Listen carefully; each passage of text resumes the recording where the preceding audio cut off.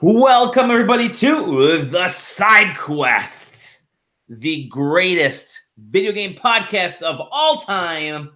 I am Dolly Demofsky. Joining me, Aaron Scratty Bones Kelly. Hey, what's up? Hey, it's me. Thomas T. Dizzle, T. Diddy, the Teabagger Johnson. What's up, guys? I'm tired tonight. I can tell you're tired. And no Sam. Sam's working. He's dead. He's dead to us. You're not in an aquarium this time, Tom. Nah, the lights are on. If I turned the lights off, I'd be in an aquarium. I do love that crazy, freaky teddy bear in the background, though. Oh, yeah, it's weird. I got it for my niece. Sure. That's why it's in your bed. Yeah, man. She drags all sorts of shit. You think I have toy cars in here for me? Yeah. No, I have the actual figures. You do. You have Thank you very much. I have my own toys. You have fucking cat helmets. How you guys doing tonight? Excuse me, Dolly. Wednesday. Oh, They're human-sized helmets. Oh, okay. Right. So, like, the Stormtrooper helmet to my left is full size, and I could put on. And are going to. At the end. At the end. Still waiting for that gas mask. I can't. It's too gross. Someone burped into it after eating a roast beef sandwich. I can't do it. There's still roast beef remnants in there. Probably. It's got the beefies. It's got the beefies. It's like Arby's. It's got the meats. That's so yummy. What are we talking about? We're gonna talk about video games and stuff. I guess that could be helpful. We're gonna talk about that sweet Galaxy Fold phone. No, that thing when closed looks so stupid. Yeah, because that dumbass hinge. I mean, I get it. So for anybody that doesn't know, Samsung had an event today, and they showed off some new phones as they do, and they had their folding phone, which, hey, cool idea, a phone that folds and becomes bigger, but man, does it look fugly when it's closed because it has a ginormous hinge that's meant to, protect the folded screen part and make it sturdy, but it just doesn't look great. Also, no one's going to develop for that thing. Yep, you have to develop it differently, and it's also $2,000 for a phone when you could just literally tape two phones. Didn't we learn from the Wii U or the Wii just tape two GameCubes together? You could tape two Samsung S10s together and get this phone. For what it's worth, my dumb phone is $1,300. Correct. You have the big boy. No, I have the small one. But I have 11. The big capacity. Okay. Yeah, I think mine was the same way. Mine was like $12.99. Yep. Because you have the 256. Yep. Yeah, same. I have. It appears to be a Samsung. Nah, it's a Samsung. I got it for free because I refused to get a mobile phone, and my family said you have to have a phone, and I said go fuck yourself, and they said you. You're like, what? You're out in the woods, Sonny. You need a phone. How are we supposed to contact you if you don't have a phone? Knock on my door. You know where I live. That sounds terrible. Like if my family just came knocking at my door, I'd move. If my family came knocking at my door, I would just not answer the door, but at least they would have the ability. Anyway, this is a video game show, right? You guys want to talk about some video games? Let's talk about doors. Let's talk about video games. Let's talk about what we've been playing. I want to start because we're gonna get to. I know what Tom's going to talk about. It's the biggest game. Well, let me go through my shit first, and then we'll get to yours, Aaron, and then Tom. I almost managed to usurp you. Almost. But this time I'm going to go first. I've been playing Tetris 99. I'm so fucking addicted to this Battle Royale game. It is very basic. There's nothing like incredibly special about it, but I think that's what makes it so good. Just fucking Tetris, man. It's Tetris Battle Royale. And I think I mentioned it last week, but I put like another 6-7 hours of it this week, maybe more. Yeah, I dig it. It's such a fucking great chill out and play game. Gets really heated towards the latter stages as you get closer to the kind of the last few folks remaining. I think after you pass like stage 50 or 50 knockouts, things start to speed up quite considerably after that. And then again at 25. But yeah, it's if you have a Switch and you haven't played it, then what are you even doing, dog? How many wins you got? I have 0 wins, but I've out of the hours and hours I've put into it, I've made it up to like 2 second place, third place a ton of times. I usually fall somewhere between like 14 and 6 or 5, so that's consistent. But then every once in a while, I have a streak where I can't get through.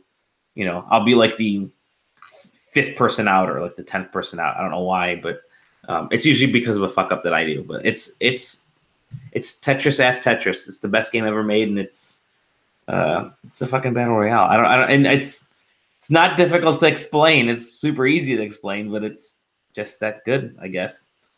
So smart of Nintendo to put that thing out. But yeah, I've been addicted to that.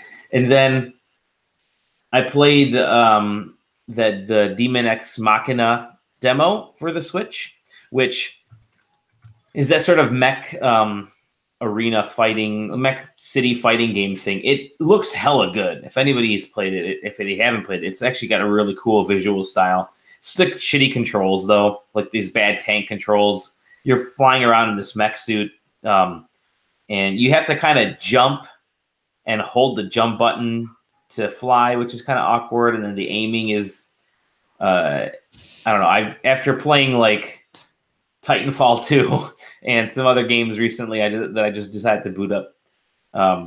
Demon X Machina doesn't control very well, but it looks really interesting. It looks really cool. That's just a visual design.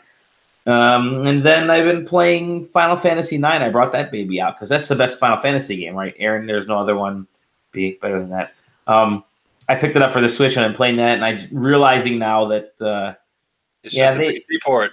It's what? It's just the PC port. It has the same bugs and exploits that the PC port has. Yep. That happened on the PS4 as well, right? Yep. Yeah. It's JRPG,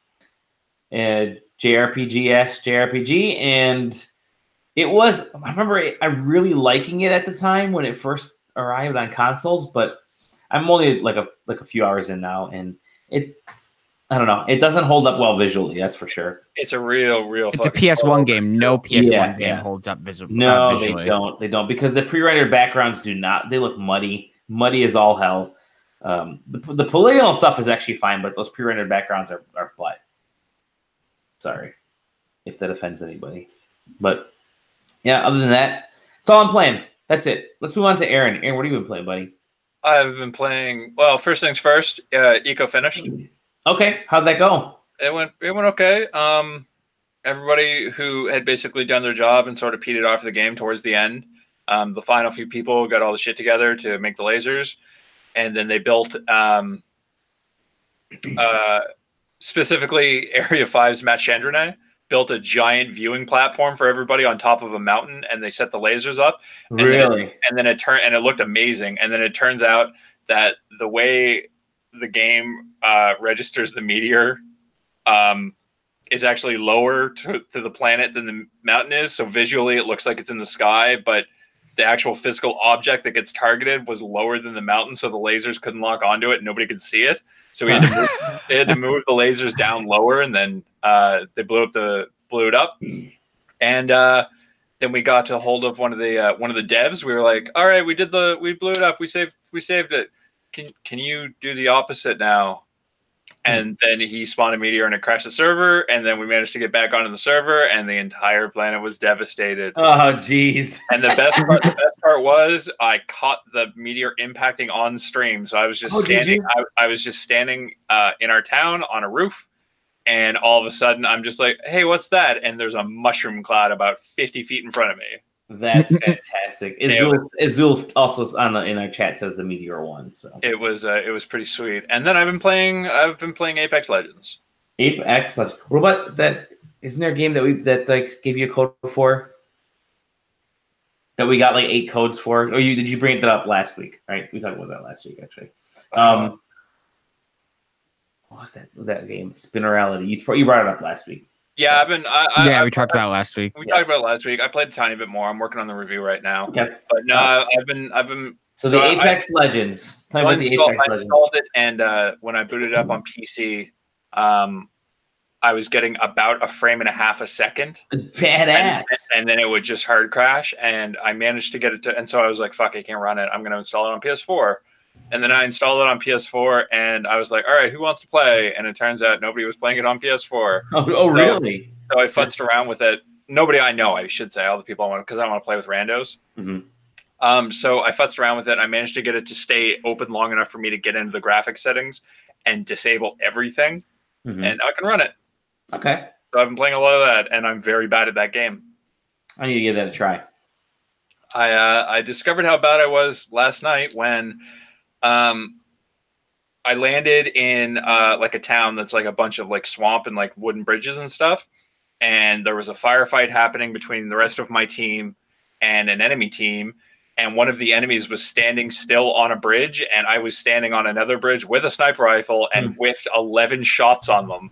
And then they just turned around and just bam, one shot. One shot kill. I was like, fuck. Are you just that bad at aiming? I don't think I am. I think there's something weird about the ballistics in that game, because I'm not even trying for headshots. I'm just shooting center mass, and my cursor is on their goddamn chest, and I just see bullets going like whiz, whiz, whiz, whiz. So I don't know, like, if there's a trick to it, or it's not. And it's not even like it was long range. Like, you know, at extremely long range, I've been able to hit sniper shots. You just got to lead the shot like you would with any game. And there's like, you know, there's bullet arc and bullet drop, but like this wasn't that far away, and I just could not hit the dude even though he was standing still. It's not like I was getting shot at. I'm not jumping around trying to shoot. I was just standing there, just like pat, pat, pat, pat, pat, nothing. But that game's okay. I don't know. It's doing just fucking crazy numbers on Twitch. I don't really like it. Like, it's fun to play with people, like any game is. You know what I mean? Like, even a bad game is fun to play playing with friends. But I find that as a battle royale game, matches only have 60 people instead of 100. It's like 20 teams of 3 or whatever. And they just go very quickly. Like, a match is only ever like 16, maybe 20 minutes long. And they just go very quick. Like, you land, and if you're not a team that drops like immediately as soon as possible and goes straight down, but you haven't even left the ship before somebody's already dead. Like, you'll hear like first blood because some team has already been eliminated, and you haven't even left the ship yet. And then, you know, the ring doesn't even get a chance to close the first time, usually before half the teams are already dead. So a lot of my matches are just like, all right, we'll land here. We'll run around, have a good time. We'll pick up some guns, and then we'll start running for the next circle. Half the teams are gone. 2/3 of the teams are gone. Oh, there's one team. That quickly, wow. Oh, look at the corner. There's only 3 teams left, and we're one of them, and there's another one. So, and then we either kill them, and then, you know, maybe we'll win, or they'll kill us, and we'll come in third. Like I don't know. It's just, the pacing seems wrong for a battle royale game. Like, I expect a certain slow pace in that type of game. I played a lot of PUBG. And that's like a slow game. Like, you slow play that game. And this is just very quick. And like, the characters, a lot of them are designed to be very quick. Like, the character that I play has a grappling hook.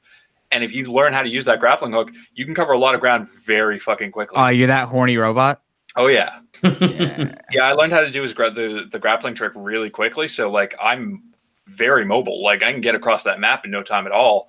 But even that kind of movement just lends itself to be like, well, you should be aggressive. Like, you should get a shotgun and like launch yourself into some fools and shoot them in the head while you're sailing past them, and then turn around and shoot the rest of them. But like, that's not really how I play a game. But then the only, like, the defensive characters that move slower, move too slow to keep up with the rest of the team. Like, it feels like. So it's just like, I don't know. But I'm still playing it. It seems okay. I like the robot. The Chappie. He's got a Chappie. He's got a little CRT in his chest, and it makes smiley faces. Oh yeah, it does.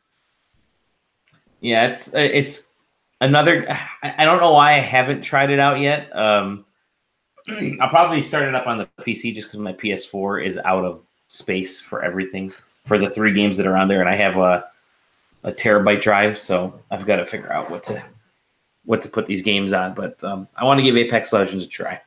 My goal is to do that before the end of February, so at least I can legit talk about it. I think I ended up on a team last night with a streamer, because so I started playing and I'm like level 14, and I got matched in this round with, I was just playing like with randoms. The other guy on my team was like level 6, and I have like 9 kills on my account, and he had 1 kill on his account. And then the third dude on our team was level 87 and had 3,300 kills on his account. And that dude straight up carried us to a win. Was that Ninja? Did you have Ninja on your account? No, his name was Fuse or something like that. I tried to look up streamers to see if he was one, but the only accounts I can find are like haven't been active since 2016. But he was just like I spent a lot of that match dead. And the cool thing about Apex is that if you die, you can just scan like your dog tag, your teammates' dog tags or whatever, and take them to like a revive station, and you just get airdropped back in. And the cool thing is that it doesn't need to be the person who picked it up that revives you. So like one teammate can scan you, and then another dude can just be waiting. Yep. So that's cool. But yeah, no. So I spent a lot of that match dead just because like this dude was very aggressive, and so we were jumping into fights with him, and you know I got like a kill, and the other guy got a kill, and this dude got 13 kills, and we eliminated 17 teams or something like that. But I was just like hanging back and scouting and like pinging stuff, and then he would just roll in, get into fights, and we'd roll in and be meat shields while he killed everybody. And so I was just watching him play while he was in between revive stations, and like just seeing somebody who's really good at that game play is just it's awesome, right? It's like the dude had like he's just so twitchy. Like I was watching his camera so I could see how he's turning and how he's looking. He's got like 360-degree attention span at all times while he's still moving where he wants to go. And just like he doesn't miss a shot, like he knows where everything is. It was wild. And he was playing like a slow champion too. He was playing Gibraltar or something like that. But yeah. So yeah, I don't know. That game seems okay. I don't particularly like it, but not enough to not play it. So maybe I'll eventually like it once I start being able to shoot things. Have you tried getting good? I have tried. It didn't work so well. Get good. I wanted to. No, you gotta get good. I wanted to use the robust law system to pass a law telling everybody in a game I'm playing that I'm not allowed to miss. If I shoot a bullet, it has to hit somebody, but it got voted down. Okay. See, that's the whole system is kind of fucked up with that type of thing. But yeah, that's pretty much everything I've been playing, I think. Then you got the waypoint people, and they're like, no way. But yeah, Apex Legends is still really good. I want to play more of it. Yep, I'll be jumping in on that bad boy. Okay. Hell yeah. Good. All right, well, good. Well, Tom, what have you been playing besides the ape cross leg ends? Crackdown 3 rules. Crackdown 3. So tell me, because the game's not getting great reviews, but you had a couple good tweets about the game and how it just kind of... It's a good, fun game. That's all I want. It drops you in. There's no, like, the story doesn't be like, all right, now go tackle this. It drops you into the open world, and that's it. Now, I heard that game was poop from a butt. Nah, man, it's great. I was playing it. Speaking of Sam Dixon, hey, Sam. Poop from a butt. Poop from a butt. What's up? I have had, so installed on my machines, I have had Anthem, Crackdown 3, Metro Exodus, Jump Force, and what's that? The 5th game that came out. Far Cry. Oh, Far Cry. Yeah. Haven't touched Far Cry. Played like 2 hours of Metro. Played enough of Jump Force to review it. And I put all the rest of my time into Crackdown 3. Is it a great game or is it a solid 7? Here's the thing. I saw a really good tweet that was like, not all games have to be sad dads walking slowly while they talk to you, and then you occasionally pull a trigger and do the same repetitive boss fight over and over. Sometimes you just want to jump into a game and jump real high and collect some orbs and blow up some tanks and shoot some dudes. That's what Crackdown 3 is. It's fucking great. So it's a solid 7, which is totally fine because it's not trying to be more than it is, and it satisfies an itch. It feels like an Xbox 360 game and not in a bad way. Oh, that's good. That's good. It's not overly complicated. It's, it's simple. It's fun. It's all I really wanted right now. When I wanted to zone out, that was great. I'm sorry. That was me and Starlink. That's why I like that. I mean, that's my rationale for wanting to play that new Far Cry game is basically that. Like, I liked Far Cry 5 for that reason. Like, that wasn't a spectacular game, but I liked running around shooting things and collecting things. So, yep. If that's the case, I think you're really gonna like that new Far Cry game. Yay! Because it's very much more of that game, from what I'm being told from what was played in our office. I mean, It's like, hey, do you like 5? Here's a whole bunch more of that. I mean, that sounds great. Here's more of 5. Yeah. Other than that, I did put a decent amount of time into Anthem so far. I put about 6 hours in. Tell me about Anthem. Yeah, I think I don't like Anthem. I think most people don't like Anthem. Yeah. What the hell? Why? Talk to me. Tell me why. So it opens up. They do a lot. There's a lot of really expository cutscenes, which doesn't make a lot of sense because the story is completely secondary. Mm-hmm. And they're in a way that even like Destiny handled better in certain ways. But like flying feels cool. I'm gonna say that part. When you fly, you do your Iron Man thing. It feels really cool. Iron Man. I run man. I don't like the way the shooting feels. I don't like the quest structure. Is it like the Mass Effect 2 style shooting? Is that why? Or yeah, I don't like that the world is completely fucking empty. And it doesn't feel lived in at all. It doesn't feel like there's a history here. It feels like they made an environment and they're like dropping your model into it. It looks great. On PC, it runs a solid frame rate. Looks great. Still does not super well optimized, so it is kind of a resource hog right now. On Xbox One S, it runs like shit. Really? Like completely. Like when you're in that main hub and you pan the camera around, I could count the frames. It runs better on One X, but like I can't imagine what the PS4 standard Slim would look like. Huh. I can't imagine what that game would look like because it doesn't run particularly good on that base console, which is fucking wild to me because the big thing about like the big sell for those consoles was you can make them look better here and run a little better, but they still should be playable completely on the old consoles, which yeah, it was it was looking so bad that we were like we can't capture on this machine because we can't put a video out that looks like this. Unless the video is like, look how shitty this game looks. Yeah, exactly, which is wild because and it's crazy because you have to think that most people with Xboxes have S's or standards. Right. They're not like me or the rest of the people I know who are like, oh, we got a 1X. Like they're playing on those standard machines, which means they're gonna have a bad fucking time. Well, I assume the majority of PlayStation players are still on the base like PS4 model, and they don't even have the luxury of being playable on a server for a week earlier to fix all those bugs that I'm sure the Xbox and PC version have fixed in a day one patch. Yeah, I imagine the majority of PS4 users are either on like you were saying the fat or that slim, which is the same type of hardware. Like, I don't know. Also, there's a whole thing with this day one patch, which like if you're letting people pay out the ass, your most loyal customers who are paying the most for the game, they're playing it a week.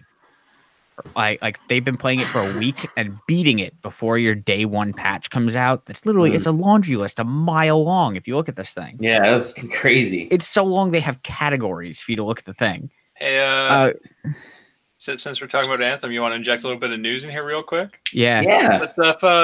What's up with this whole Xbox guy being like, game's not even out yet? Why are people criticizing it? So Mike Ibarra has always been kind of he's been kind of a jerk on Twitter. Like he's always been that guy.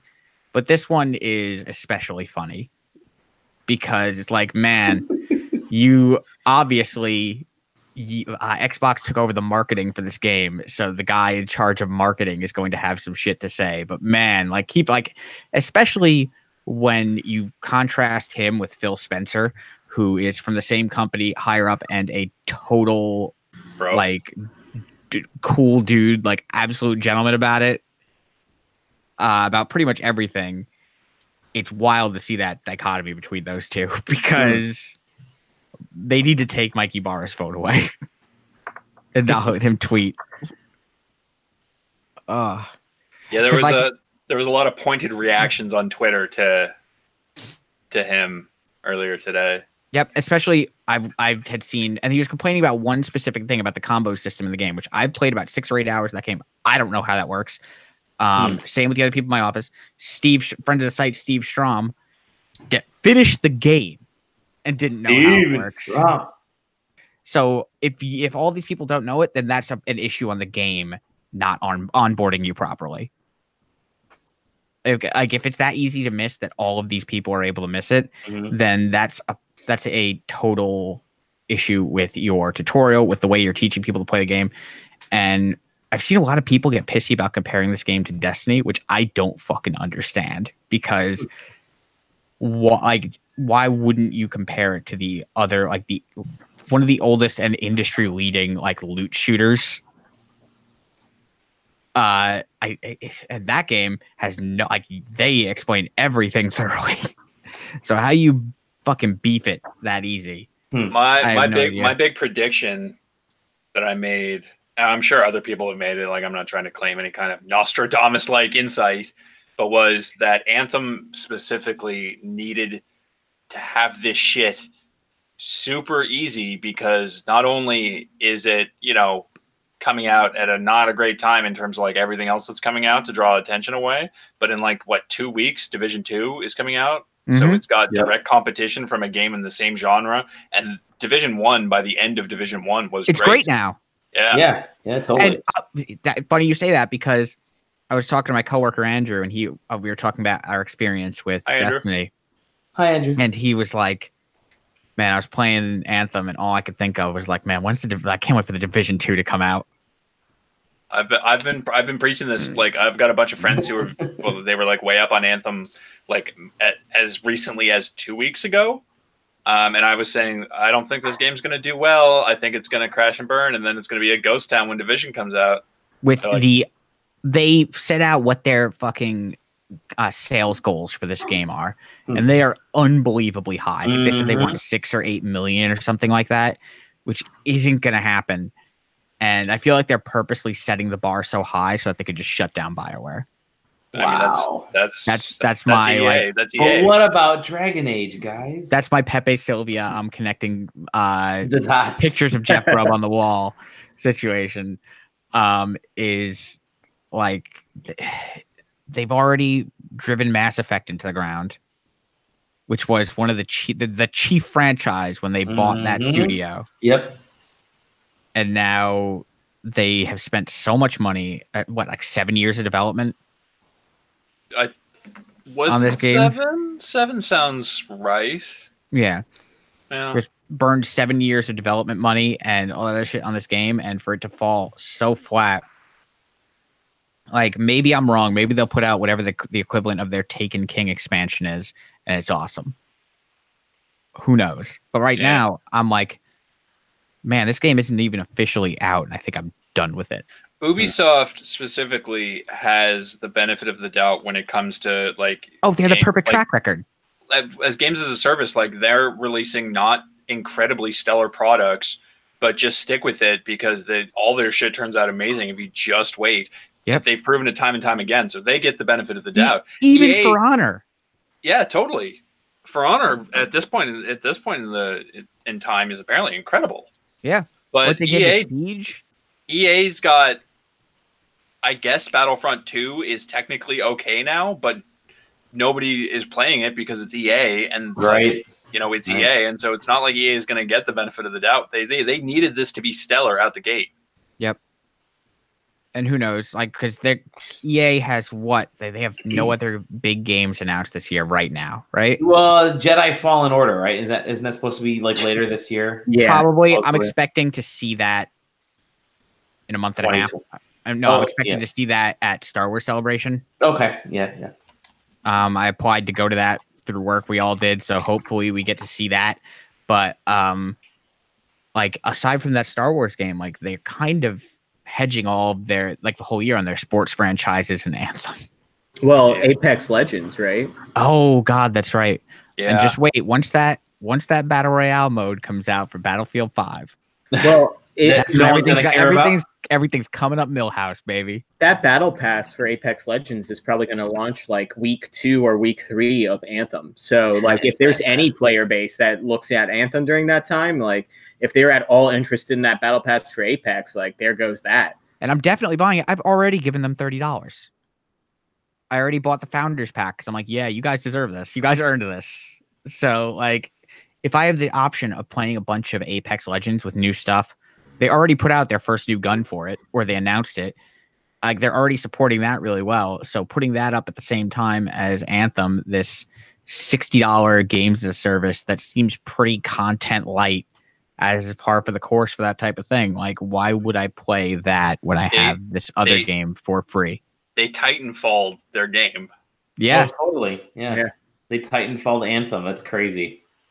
Whoever, like the folks at BioWare, when they saw them announce, oh jeez, Apex, and I was coming out that day, they had to be like, "Fuck, man," right? Well, they had to have known internally, right? They had to have known that. I don't know how much because these are huge things. They're in different parts of the country. Like, it's not like Respawn. It's not like Respawn and BioWare under the same roof. Yeah, I mean that's also probably fucked DICE with. Battlefield 5. I don't think they knew about this game because very few people did, which is how it only started to hear rumbles of leaks a day before. Mm-hmm. When they invited all the influencers in. Yeah. So, like, I absolutely think it was like someone at the people at BioWare like, fuck, well, maybe it won't take off. And then it did, and it was this fucking phenomenon. They're like, well, shit. We're fucked. What's interesting about like Battlefield though is DICE still makes an engine that actually most of EA's properties are built off of at this point. Yeah, why is like Apex on Frostbite? Yeah, instead of like an enhanced version of Steam's. Yeah, it's Source. Yeah, it's Source. It's the original Source. It's not even Source 2. Yeah. But with Battlefield, at least they have like that engine and being able to support that for other studios that kind of gives them longevity. But if this, if Anthem ends up being a huge stinker, which it sounds like we're moving towards, like BioWare folds, let's hope that maybe some of these bigger studios ends up taking the good employee, all the Platinum Games will be making the next Mass Effect. There you go. Yeah. Exclusively for the Switch. Hey, Respawn, though, making whatever becomes of Anthem 2 might not be a terrible idea. So I am looking at the patch notes for Anthem. And just on the quote-unquote high-level fixes, decreased loading time, fixed many infinite loading screens, not all, mind you. Fixed multiple challenges not tracking because those long challenges that you were supposed to do. I totally agree with that, Aaron. I saw that too. A number of issues have been fixed where causing players to disconnect or crash. That's really cool. Weapon and gears now have numbers present for modifiers. Those are the big ones. They don't have like I don't know, not loading a level 3 character into the final mission. They don't have that. That's been happening a lot. I mean, why would you even want that? It's not like this is a finished product. The game's not even out until Friday. Yeah, right. It's not like you can pay like $100. Oh my god, it's fucking wild, man. So for how long is it going to take for us to find out what happened here? Like, we learned eventually about the Destiny issue was that like the original engine they built like took like a day and a half to load any changes or any modifications you did to it. What happened in this 7 years that game shifted so dramatically towards the end that it feels like nothing's ready for it? I'm looking forward to seeing the paste bin in 3 months when that studio sees massive layoffs. Yeah. Mm-hmm. Which I don't want to happen. If you told me 5 years ago that I would be realistically talking about the possibility of fucking BioWare going under, I would have called you a lunatic. I mean, as soon as EA and BioWare became a thing, people were saying like it's going to someday soon. Like BioWare is going to be no more, and fucking like that's EA. That's EA. That's what EA does. In BioWare. EA buys studios, and then they wring them out until they start pumping out shit, and then they kill the studios. EA can't finish unless they kill a studio every 3 years or whatever. But I hate to just berate EA with this though, because if they've been working on this game for 7 years, some of the like responsibility for how it is at this point is on them. Mm-hmm. Because I mean, I understand Mass Effect Andromeda got kind of pushed out because they needed something and they wanted to capitalize on Mass Effect this generation. But I don't know if this has been. It's been how long has it been announced for? At least 3 or 4 years. Right? 3 years. Yeah. So, well, I mean, think about. You guys remember when was it? Last year, maybe, when all of the I think it was the Battlefront 2, the loot box shit. Yeah, it was blew 2 years up. ago. And then BioWare was out there being like, "Oh yeah, don't worry, that's not going to be a thing in Anthem." Yeah, like I bet, like, I mean, when stuff like that happening and they're having to try and make changes on the fly, I bet that's got to contribute, like, in no small part to the state of the game at release, right? Oh yeah, totally. But Anthem. Yeah, I think I hate it. That's my official review. Is I think I hate it. What have you been playing, Sam? Oh man, I don't even know. I think I played like 2 games of Smite because I hate myself. On the Switch or no, on a PlayStation, like a real idiot. That game blows. I don't even want to talk about it. I only play it because my friends play it and they refuse to play good games like Apex Legends. So Do you play as Thor? No, I'm just really waiting for that Jesus Christ patch to come in. The closest to a Christian god they've given us now is they gave you King Arthur and Merlin because that makes sense. Well, aren't like MOBAs starting to die off right now? Like I just read something if you aren't Dota or League, pretty much. Yeah. Everything else is starting to die. Yeah, Smite's kind of been like this third wheel of MOBAs just because they were on every platform. And Hi-Rez has a pretty big track history of splitting the team off to make crappy versions of other things. Like Realm Royale is real bad. That's like their Battle Royale version of what was supposed to be Paladins. of Paladins and Smite. Wasn't Paladins the one that just straight up had like Overwatch palette swaps? Yeah. Essentially. And Paladins is straight Garbo also. Yeah, I don't know with Hi-Rez, man, but Smite's not good. Don't play Smite. Play another MOBA. Battle Right just went free to play. So if you have a PC, try that out. But yeah, don't play Smite. Play Dota Auto Chess. What is Dota Auto Chess? Dota Auto Chess. Well, I'll just cover a second piece of news right here. Sure. Valve's looking. Rumors are saying that Valve is looking into buying Dota Auto Chess. But what Dota Auto Chess is it is a Steam Workshop mod that you subscribe to, and it loads you into like what is basically a chessboard, filled with that you fill with like champions from Dota.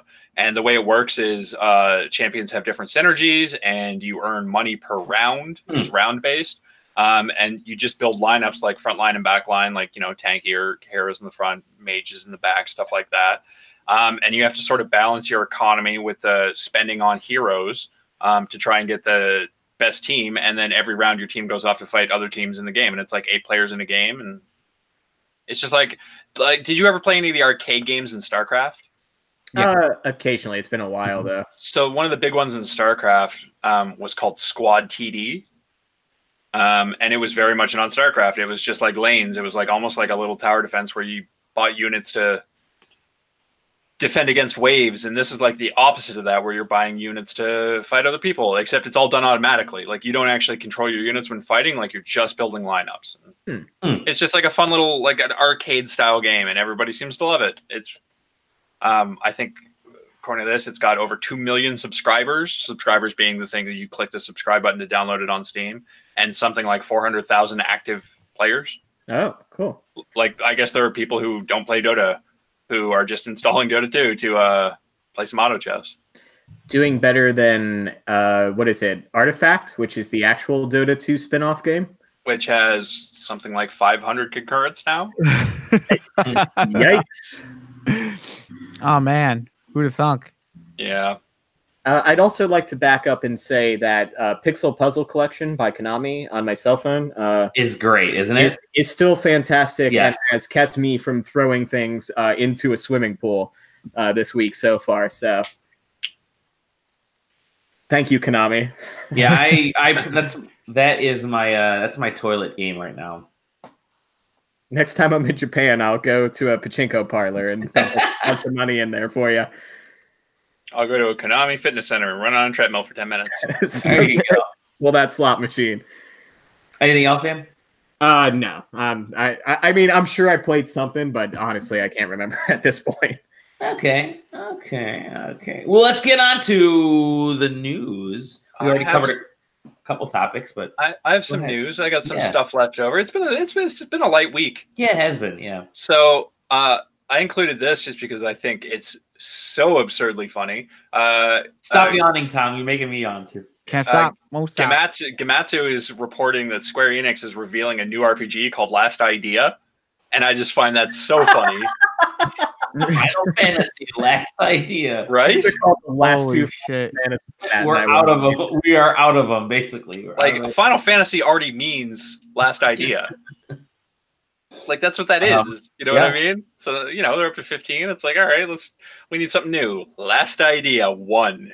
So didn't they have their financials and they said they're expecting like one more big tentpole game this year? That was earlier this week, and then this came out today, I think. So I still think it's going to be that Avengers game, to be honest, because they've been working on that forever, and this is like the last Avengers movie for probably like half a decade. At this point, once again, things I wouldn't believe myself saying. I wouldn't be surprised if they killed that Avengers game. Oh, you think so? Because their Square Enix's Western stuff has been doing such dog shit sale, like between Tomb Raider and Just Cause last year. I didn't include this just because it was basically like a one-off and wasn't nearly as funny. But Just Cause 4 apparently wildly undersold expectations. Like did not do well at all. Yeah. Because I have a dumb thing. You guys see this Stranger Things D&D kit? That's pretty cool. I saw that. Yeah. Do you know it's the first licensed D&D thing in the history of Dungeons and Dragons? Oh, really? I learned that from a Hasbro rep at Toy Fair this week during my Hasbro appointment. Which isn't to say that they haven't partnered with other properties before, but this is the first licensed property they've done. Yeah. It's pretty cool. Yeah, like this is the first like big like real like you can buy a D&D kit that has something that's not D&D on it. Huh. The guy also told me that they're getting more into like back into the gaming space. So they have 2 unannounced D&D video game titles, and he was specifically talking about stuff like Neverwinter Nights and shit like that. Neverwinter Nights. So if they make a new Neverwinter Nights game, I'll play the shit out of that. I mean, they've been doing a lot of really neat gaming stuff. Like, I mean, there's Idle Champions is like an official D&D game. Yep. And that's great. That should have been our game of our year. They partnered with Penny Arcade, the Acquisitions Incorporated stuff to do like an Acquisitions Incorporated / C Team expansion for their Neverwinter MMO. Oh, cool. And like they got them in there to do voice lines, and like it's just all like a whole like, because the Acquisitions Incorporated, if anybody's never watched it before, it's very absurd. Like it's very absurd and very like not serious D&D at all. And they made an expansion based around like that, and so it's like so they've just been doing like really cool gaming stuff lately. So that's kind of cool that they're going to be doing more gaming stuff. Yeah, the dude I spoke to about D&D was the most enthusiastic person about their property I spoke to at all of Toy Fair. I would be too if I worked for Wizards. Yeah. Wizards. Yeah. Also, I tripped and I almost knocked down. They had on display the original Mighty Morphin Power Rangers Zord suit that they used during filming. I almost knocked it down. Nice. So that was embarrassing. But yeah, that D&D kit looks really cool. They have multiple Demigorgon miniatures, and like the manual is actually written in like an old like notebook style. Oh yeah, you got that 5th edition monster manual. I have so many D&D books sitting next to me. I have 5 within arm's reach, I think. Yeah. I love D&D. Yeah, that's sweet. Also, I saw the new line of Overwatch toys, and they all look really good. They're doing They're doing 7 figures, and they all look really fucking nice. Is one of them Mercy? Yeah. Is one of them Diva? Yeah. No. Huh. It's Diva, Sombra, Reinhardt, Ana, Soldier 76, and 2 others I can't remember. Widowmaker. But yeah, the Reinhardt one is really big. I bet it would be. He's huge. Yeah, big man. Yeah, toys are cool. Yeah.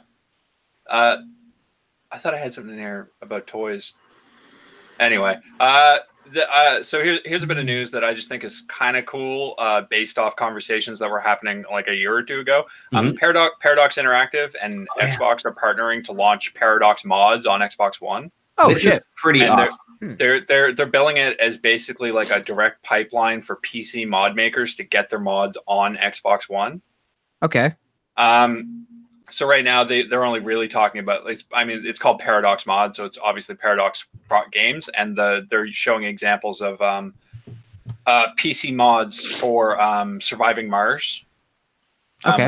One of their strategy games, which is it was fine. I played it. I liked it, but they're showing mods from the PC for that will just work on Xbox One. And so I just included this because if it goes as smoothly as I think they're hoping it will go, that could just be a way to have mods on console going forward. Which, remember 2 years ago when people were like, we're going to curate and sell mods, and that's how you get your mods on console. Like, here's the thing that's like, no, we're just going to do it like this. So I hope it goes well, because I would like to see mods on console. I'd like to play Skyrim on console with mods. I need them clean faces. Those clean faces. Beans and things.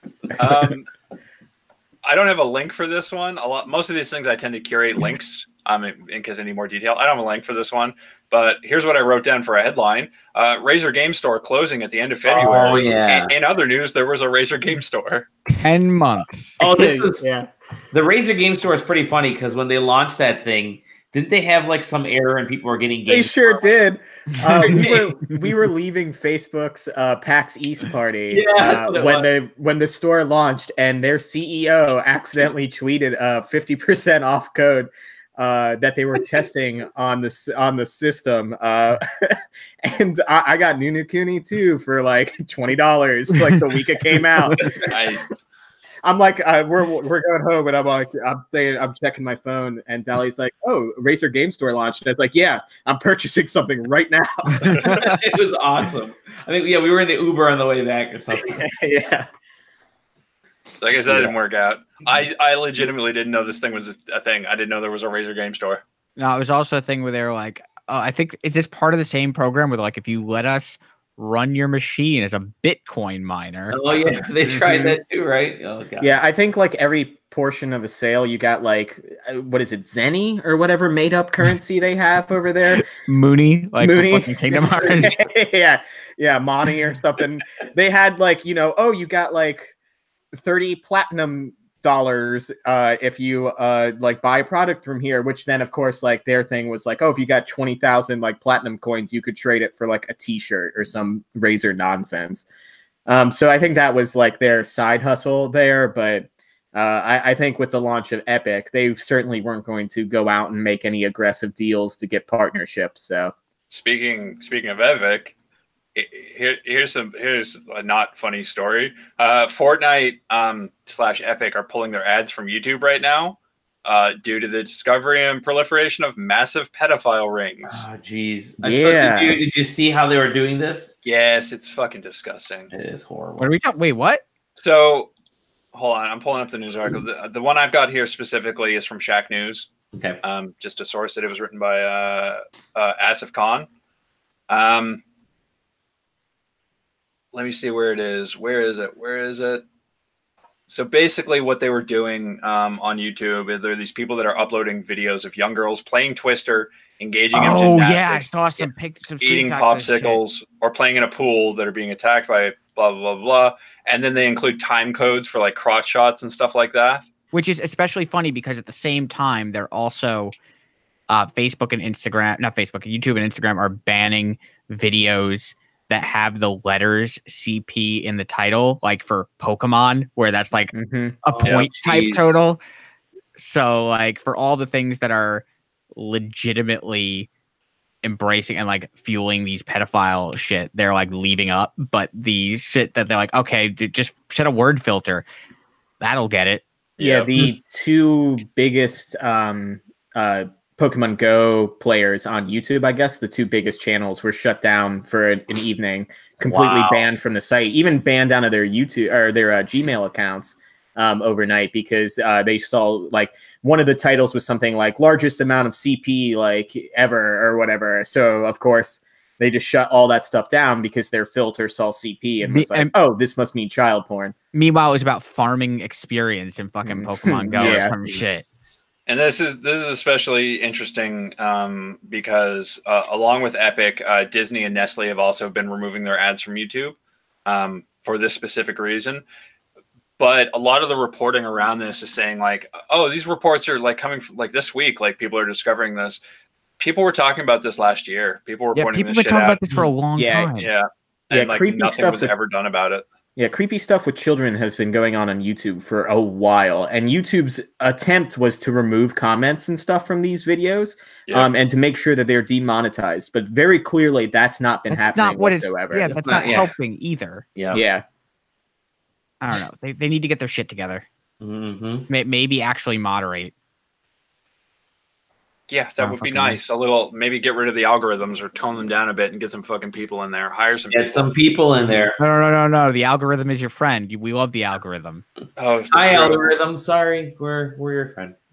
But yeah, I mean, it seems pretty obvious to me. But in case nobody made the connection, Fortnite's majority player base is kids. So yeah, man, they're out there flossing. Yep. So like them pulling their ads on YouTube makes sense. Like that's their audience, and I'm sure they don't want to be remotely associated with this kind of awful shit. Yeah. And speaking of awful, also if we want to go to like the dark side of it, like the dark side of this whole thing, are we going to talk about Spider-Man and Elsa? No, we'll get there. But like, it's a really good PR move for them, and they can afford it without hurting. Yeah, totally. Like they have more money than they fucking could ever need, so like they could totally do this. And they're not going to be losing any of it to Carlton. True. His copyright claim got denied. He can still appeal, but yeah, he got shut down hard. Yeah, he did. I think somebody posted about this. It was mostly. Sorry, what were you saying? No, I was gonna say it's like you can copyright a full performance, like a sequence performance type of thing, but you can't copyright like the motions, right? Like what I've seen is it was due to the quote unquote simplicity of the dance. Yeah. Okay. In the brief, they broke down the entire dance piece by piece, and it broke down to about 3 steps. As they saw it, and they said it's just like it's not novel enough to copyright. And then they went on to say, also, you perform this on Dancing with the Stars, which is a show known for the professional dancers choreographing the celebrities' routines. So in effect, if anybody would be able to copyright this, shouldn't it be the professional dancers and not you? Well, yeah, or the original station that aired and production company. They also said that if somebody were to hold the copyright on it, it would be the copyright that appeared at the end of the episode that it first appeared in on NBC. True. Yeah. That still doesn't technically throw out like 2 Millie's case and stuff. So like that. they actually quoted 2 Millie. Apparently 2 Millie has been denied, but he's appealing. Oh, okay. Yeah. I didn't look too deeply into that because I was more just focusing on the Riviera part of it. But there was a line in there that said that this was a similar ruling to the 2 Millie ruling, but he's now appealing it. And the final piece of news I have is that Game Workers Unite is calling for the firing of Bobby Kotick. Hell, yeah. Bobby whether Kotick, whether we want it to happen or not, and I mean he's a gremlin, so yeah, I want it to happen. Yeah, but people yelling about it on social media or online isn't. I don't think that would pull it off. What movie was he in? Oh, that's right. He was in something. He was in Moneyball. Was it That's right. Yeah, Moneyball. Would be. Yeah, I don't know. All I think of with Bobby Kotick is that one terrible, terrible photo of him with like the guitar slung over his shoulder, like a fucking cool guy. Absolutely not. It was a Guitar Hero guitar. Oh my Absolutely not. Fuck that dude. I don't have the link saying it for a decade. Fuck that dude. Oh, that's awful. I'm looking at that picture right now. I don't have that link out right now, but or I don't have a link to it right now. But there was another thing that was basically tied to this, and it was the treasurer of the biggest like labor coalition, like representative of unions all across America. Yeah, that's the big deal. Yeah, they've never stepped into the games industry arena before, and now they've released like an official statement for the first time saying like, yeah, this shit's fucked. It was it was Liz something. Liz I can try and find it here. I'm gonna find the exact oh, here we go. The union is AFL-CIO, which is fucking massive. Yeah. And the AFL-CIO represents more than 12 million workers in the United States with more than 50 labor unions, including the Writers Guild of America. Mm-hmm. And the article specifically that was tied to this was from I believe she's the treasurer. Her name is Liz Schuler. And she wrote a guest editorial for Kotaku, which is absolutely worth a read. It's really good. And the AFL-CIO is the American Federation of Labor and Congress of Industrial Organizations, and it's the largest federation of unions in the United States. It has almost 13 million members and has been around for about 70 years. So, yeah. Secretary Treasurer. But yeah, so the fact that they're stepping in and actually releasing a statement now, maybe things are finally going to get better. Maybe people actually take initiative. It's going to be cool. Hopefully. That's a lot of, I don't want to say missed opportunities, but they may not prevent, unions don't prevent job losses, but they definitely soften that blow and they help people transition out of positions and they help set up everything around it, which right now the games industry does not have. It's just cut and run. Game executives will not treat game developers as people until there is literally another person on the other side of the table from the executives, forcing them to acknowledge them as people. Yep. Yay, capitalism. Yep. But late stage capitalism is great, isn't it? It's wonderful. Yeah. It's like cancer. Yeah. Late stage. It just slowly kills itself.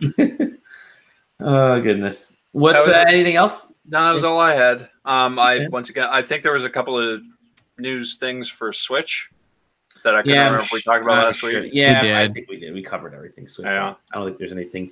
I'm just looking through my notes and Google's holding a special announcement at GDC next month. They're a bunch of folks got this invite, and basically the Google keynote at GDC. They're going to talk about their gaming initiative, and we already saw some of that with like Project Stream. But I'm curious if I think some of the rumors are will they launch their own box, or will this be rolled into their mobile and their Chromebook updates and things like that? So they have or had the Chrome store too. They had the Chrome store.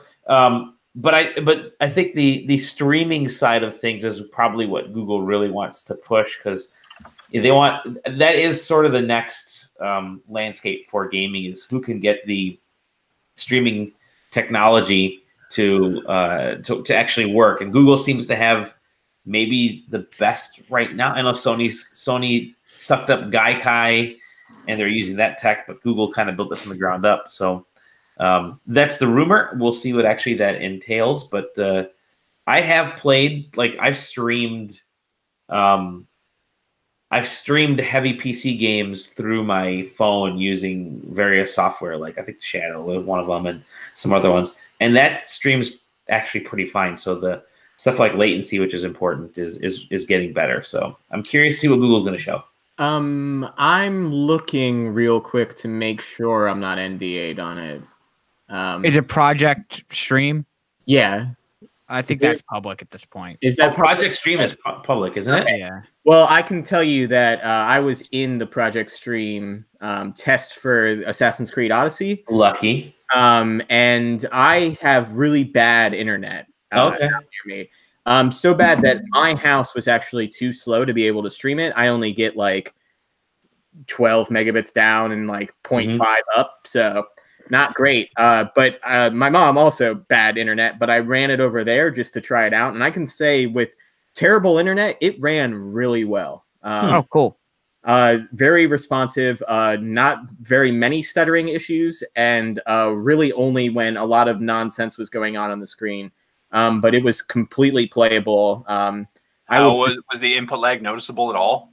Not really. Occasionally, like at one point, my mom started watching Netflix, so it got a little hazy there. But honestly, I had no problems playing it. I would actually prefer to play it with that sort of input lag than at maybe a lower frame rate too. So, if they can make it work on like the poor internet that we have out here, that's a very impressive step. And is hopefully going to be a cheap and good answer for people that really don't have the ability to purchase a really expensive computer, but might live in an area where even the slowest internet is still pretty decent. Hello. Aaron might actually be able to play games again. Hey, you guys want to hear some bullshit? Yeah, let's do it. I got my taxes done having been employed for the first time in a decade, since previously I was the caretaker for my slowly dying grandmother. I was supposed to get $1,600 back, and I'm getting $0 of it back because I have student loans, and the government was like, "We're just going to take your whole student loan. We're going to take your whole tax return." So, no new computer for me. I'm getting sued by the state of New York, and they were like, "Oh, we're just if you don't pay us within 9 days, we're just gonna garnish whatever from your well, we might take money from your tax return." I'm like, "Hey, guess what? I'm gonna have to pay like $6,000. So come and get it, guys." Why are you getting sued by the state of New York? It's a long story. What did you do, Tom? Is it parking tickets? No, my dad told me he was going to in 2012. My dad said, "Oh, get a dorm for the semester. I'll pay for it," and he fucking didn't. And it's in my name, so they came for me. Word. Yeah, that reminds me of we went to Montreal on vacation one time, and my buddy's fiance, apparently she had her uncle. She had gotten a speeding ticket driving into Canada and didn't get a chance to pay it, so her uncle went. Because he was heading out to Toronto, was supposed to go pay it, but apparently he forgot. And so we flew into Montreal, and they held the poor girl for 3 hours. She had warrants. In interrogation about the stupid speeding ticket. Were they taken on by Americans or by Canadians? Canadians there. And so it's like, "Hey, buddy, just no." We send all our assholes to be border agents. It was she was in tears the whole time. You will never meet a nice Canadian border agent. Ah, man, they're all dicks. Speeding tickets all about. Yeah, I've been reading about Canadian serial killer cases, and man, let me tell you, all these Canadian cops. They sound like dumbasses. Yeah. They sound like, oh man, like they literally have the guy in custody and they're like, "All right, now don't drive safe, you hear?" And he just goes away. I was they have the guy. When I was in my youth, when I looked very much more like a vagabond than I tend to these days. I was hitchhiking home from a protest of George W. Bush, I think, in the Capitol, because he was doing something for like one of the G8 meetings or something like that. This is back in like 2004, something like that. And I was hitchhiking through a town that has a cop shop right beside the highway. And so I got my thumb out, and then I see a car coming. I'm like, "Yay. Oh, it's a cop." And I just kind of put my hands in my pocket, keep walking. Cop stops. They're like, "Hey, you need a lift?" I'm like, yeah. They're like, "Great. Where are you going?" I'm like, "Down to Chester." They're like, "We're heading that way. Come on, hop in." Just let me near their car. No handcuffs. Back window open. If I had a weapon, if I was an evil person, I had a straight shot to the cop. But there was no record of it. You probably could have gotten away for it too. You could have grubbed the whole thing. You could have Jeff grubbed it and killed the drifter. I mean, cops are drifters, right? In a way, yeah, I think they are. Let's see. Anything might else? Be a map of Colorado and potential drifter death body right there. Don't be like Thomas Johnson, who, when he ran into a cop at a Starbucks, said, "How many people did you oppress today?" So shit. No wonder New York State is suing you.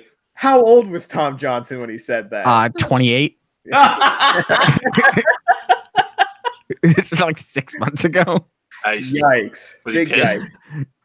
He just looked at me. He knew he couldn't do shit. I had nothing on me. He was clean. I was clean as hell. Also, you white. Exactly. What's he gonna do? Hell yeah, man. They don't even fucking NYPD cops have been straight up told, like, don't bother with white people with weed anymore. What's I got a question. This is delving dangerously into politics, but it's not. It's like politics adjacent. Go on. Well, we should eat the rich. Well, obviously, but First off, I read a news thing today that said they just made it illegal for cops to not rob people of their money and cars anymore if they haven't committed a crime. What's up with that? I have no idea. Legal forfeiture, I'm assuming. The cops are always doing fucking terrible shit. So if you have large sums of money on you and the cops think that you're using it for illegal activity, they can take it and keep it. Yep. And then what happens if you were not doing anything illegal? You don't have the money. Yeah, there some states are better than others, but 9 times out of 10 they will keep that money. There's actually a really good John Oliver piece on legal forfeiture and how messed up it is, especially because some police count on this money for their budget because their budget has been cut. So they will try to take as much money as possible from people. And then you have other cops who have plenty of budget, but then take as much money as possible and then end up spending that money on vanity items. Like one such group that John Oliver mentions where they spend it on, I believe, a daiquiri machine. Lit.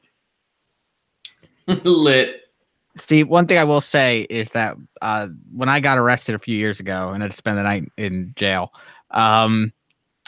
they let me like when I was handcuffed to the thing, they let me watch them put all of my stuff into a sealed envelope, and they even let me tweet before I gave them my phone back. And is that tweet still up? And I had to find it, but then it's also they gave me my own cell when everyone else had to share, and that is what I call white privilege. Yeah, did you put up yourself? Did you put your foot down and say this is not fair against the other people that have committed crimes? No, I was going to jail. I was going to have. No, I was spending the night in jail. I was going to have a comfortable situation. You're gonna exploit. I'm not proud of exploiting this broken system, but like, I did it. So you're telling us? Then I got headbutted by a homeless dude in a chain gang the next morning, and they fucking tased him. And then all I could think of was that's going to travel through the cuffs and back into me.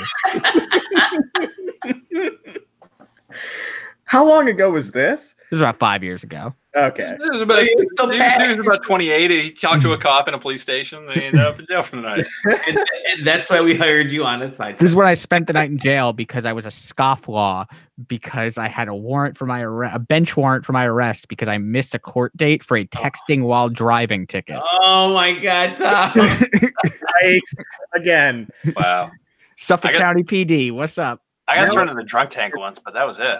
Now I know what the first DLC pack for Oh Shit, It's the Cop.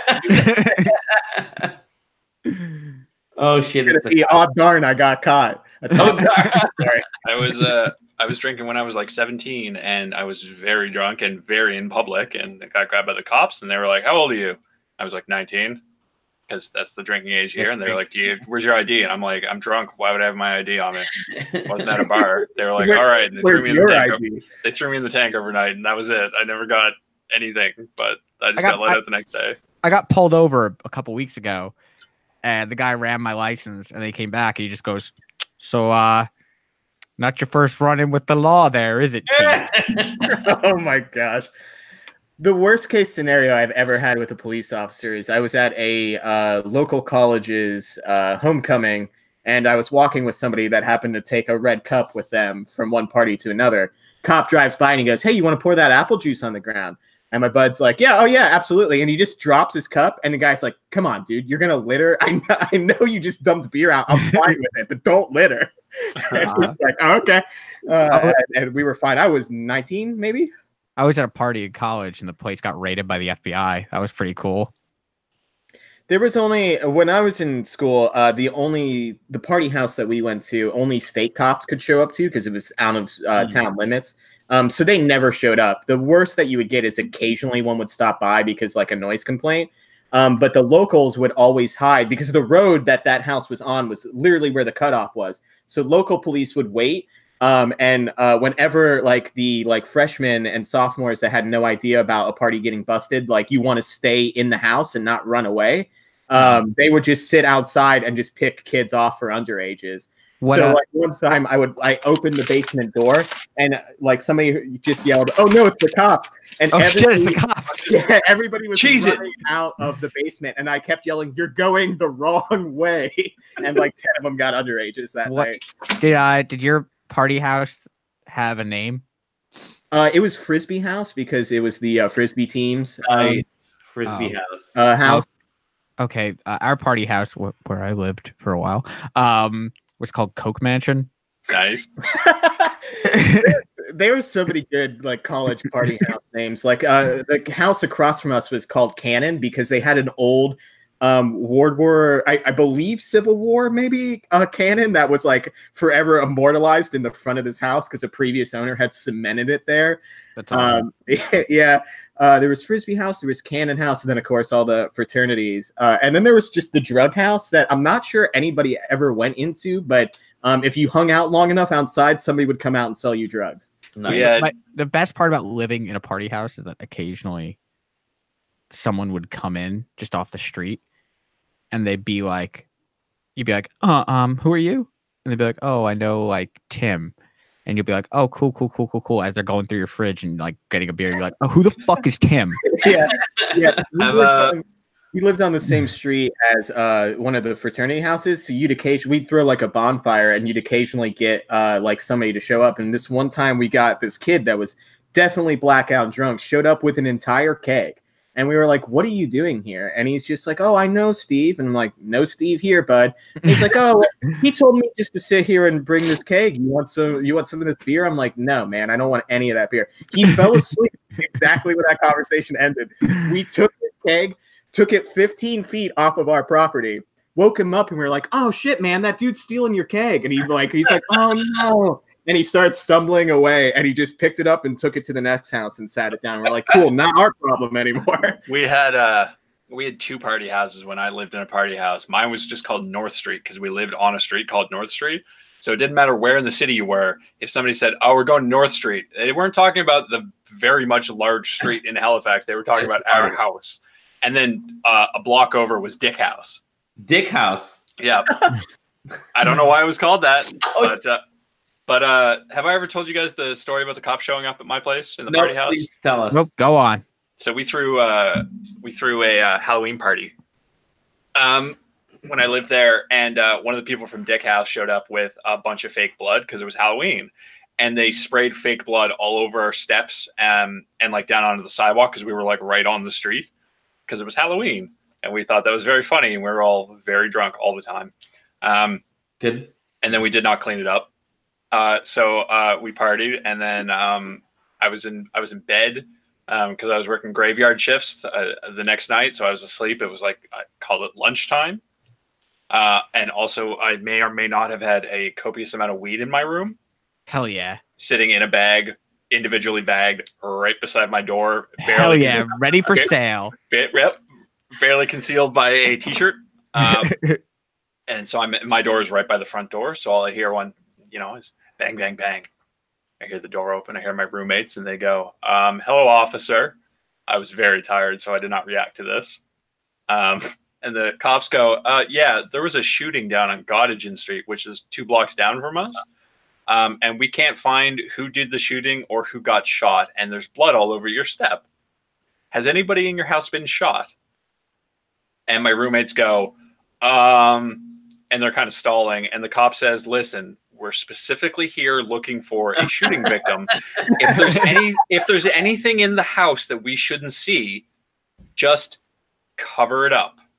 We'll give you 30 seconds, and then we have to come in. There's blood all over your step. So they ran around and they hit all the drugs and alcohol and stuff. I'm really into these cops playing by RA rules. Yeah. Where like if you cover the microwave with a sweatshirt, it's not there. It's not there.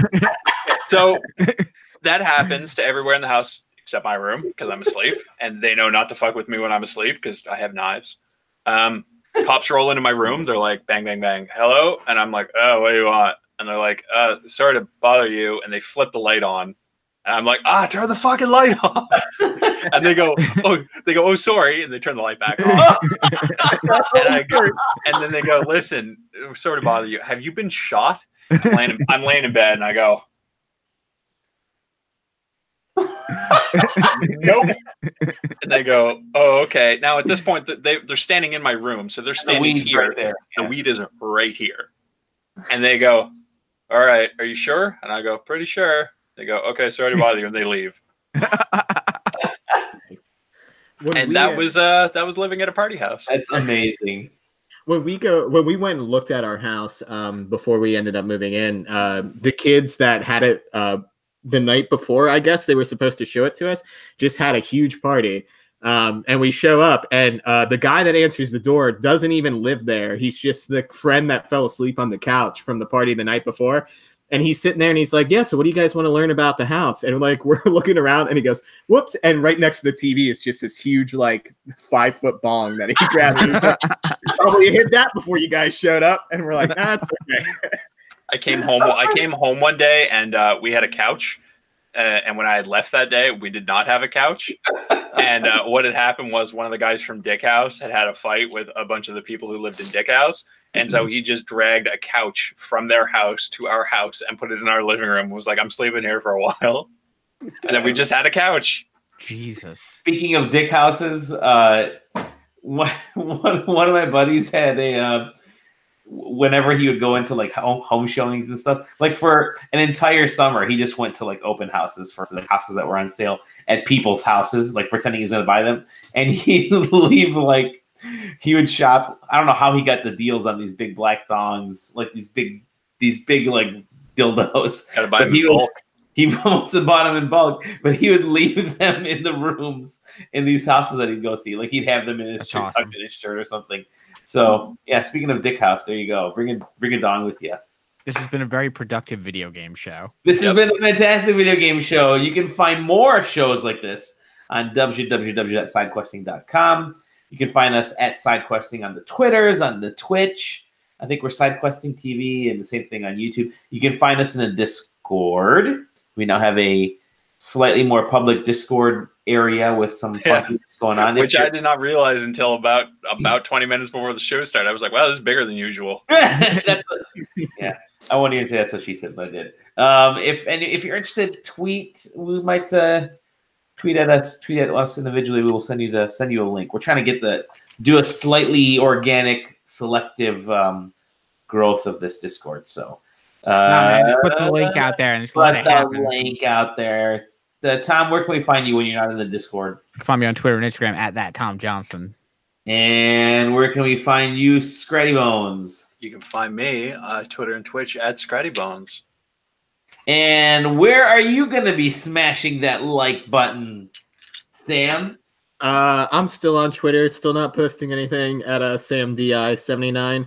If you want to know my feelings for the next week, just find that photo or that GIF of SpongeBob where he's all dried out and like sucking air. I'm going to be working in a swimming pool for the foreseeable future, so that's how I'm going to feel. Awesome. Yeah. Good. Well, with that said, we did it. We survived the cops crashing our internet party. Thank you for joining us at SideQuesting Party House. I got a story as soon as the camera stops rolling. We'll see. Bye. We'll see ya. Bye.